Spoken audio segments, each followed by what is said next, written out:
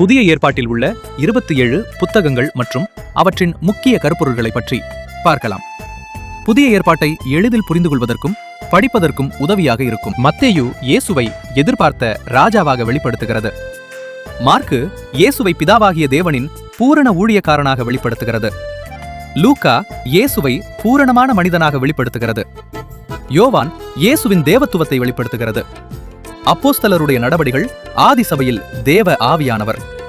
ரோமர் புதிய ஏற்பாட்டின் கொள்கை விளக்கம். முதல் கொரிந்தியர் முக்கியமான கேள்விகளுக்கு பதில் தரப்படுகிறது. 2 கொரிந்தியர் பவுல்தான் ஒரு அப்போஸ்தலன் என்பதை நிரூபிக்கிறார். கலாத்தியர் கள்ள சுவிசேஷத்திற்கு எச்சரிக்கையாயிருங்கள். எபேசியர் விசுவாசிகளின் ஸ்தானம், நடை, யுத்தம். பிலிப்பியர் நன்றி தெரிவிக்கும் கடிதம். கொலோசையர் உனது தேவை கிறிஸ்து மாத்திரமே. முதல் தெசலோனிக்கேயர் கிறிஸ்து தமது சபைக்காக திரும்ப வருவார்.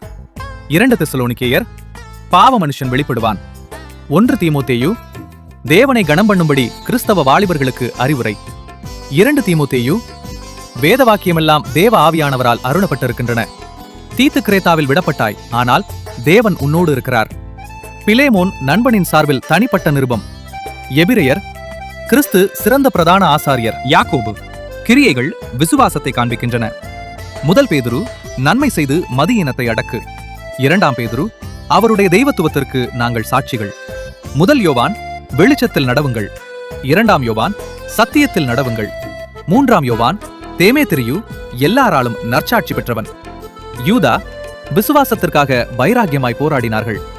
வெளிப்படுத்தின விசேஷம் வெகு சீக்கிரத்தில் சம்பவிக்க போகிற காரியங்கள். இது போன்ற சுவாரஸ்யமான தகவல்களுக்கு HWMTVM சேனலை சப்ஸ்கிரைப் செய்து கொள்ளுங்கள். நன்றி.